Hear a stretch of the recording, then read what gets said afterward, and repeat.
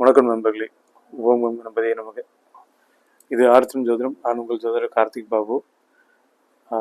ஜோதிடம் பற்றிய பல வித்தியாசமான விஷயங்களை வித்தியாசமான கோணத்தில் ஒவ்வொரு பதிவுலையும் சொல்லிட்டு இருக்கேன். ஸோ ஃபாலோ பண்ணுங்கள். என்னுடைய Facebook ID astro Karthik Babu, இன்ஸ்டாகிராம்லேயும் சேம் அஸ்ட்ரோ கார்த்திக் பாபு தான். Okay, coming back to the point.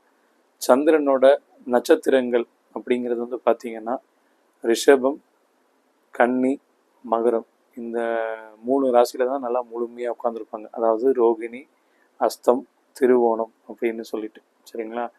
இப்போது இதோட அர்த்தம் என்ன அப்படின்னா பொருள் தத்துவம் அப்படிங்கிறது சொல்லுவாங்க. நம்ம 4 வீடு எடுத்துன்னா ஆரம், பொருள், இன்பம், வீடு அப்படின்ட்டு. ஸோ அதில் வந்து பொருள் தத்துவம். ஸோ சந்திரன் தான் தினசரி வருமானத்துக்கு உரிய காரக கிரகம், சரிங்களா? அப்போ 2ஆம் இடம்ங்கிற தனம், குடும்பம், வாக்கு ஸ்தானத்தில் சந்திரன் இருக்காரு.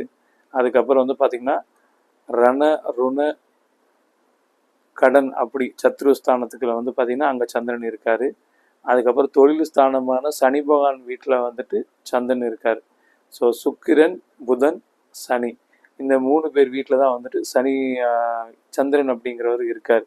அப்போ இதோட தாற்பயம் என்ன அப்படின்னா ஒரு மனுஷன் வேலை செஞ்சுக்கிட்டே இருக்கணும், எப்போவுமே ஏதோ ஒரு அவங்களுக்கு பிடிச்ச துறையில் இருக்கணும் அப்படிங்கிறது அர்த்தமாகுது.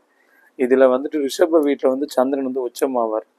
இது என்ன அர்த்தம் அப்படின்னா அது வந்து ஸ்திர வீடு அப்படிங்கிறது கணக்காகுது. அதாவது ஒரு மனிதனுக்கு ஒரு ஸ்திரமான ஒரு வருமானம் ஏதோ ஒரு வகையில் வந்து கொண்டே இருப்பது அப்படிங்கிறது அர்த்தம். இது உழைக்கும் பணம் மட்டும் கிடையாது. அந்த அந்த உழைக்கும் பணத்தையும் தாண்டி மற்ற விஷயங்களும் இதில் வந்து அடக்கம், சரிங்களா? ஸோ இது ரிஷப வீட்டில் சந்திரன் உச்சமாக உண்டான ஒரு பேசிக் பாயிண்ட்டு. அப்போது சந்திரன் வந்துட்டு கன்னி வீட்டில் இருந்தால் என்ன சார் ஆகும் அப்படின்னு வந்து பார்த்தீங்கன்னா தன் கடமையை காலம் முழுக்க செய்து கொண்டே இருப்பது, பிறரை ஏற்றிவிட்டு அழகு பார்க்கும் ஒரு ஆசிரியர் தொழில், ஒரு டாக்டர் தொழில், ஒரு சர்வீஸ் இண்டஸ்ட்ரீஸ் அப்படிங்கிறது அர்த்தமாகுது, சரிங்களா? சிலருடைய லைஃப்பில் வந்து ரிட்டைர்மெண்ட்டு அப்படிங்கிறதே கிடையாது. ஈவன் ஜோதிடருக்கு கூட ரிட்டைர்மெண்ட்டு அப்படிங்கிறது கிடையாது. காலம் முழுக்க அவர் வந்துட்டு மற்றவங்களுக்கு ஒரு நல்ல வழிகாட்டியாக வாழ்ந்துட்டு போவார்.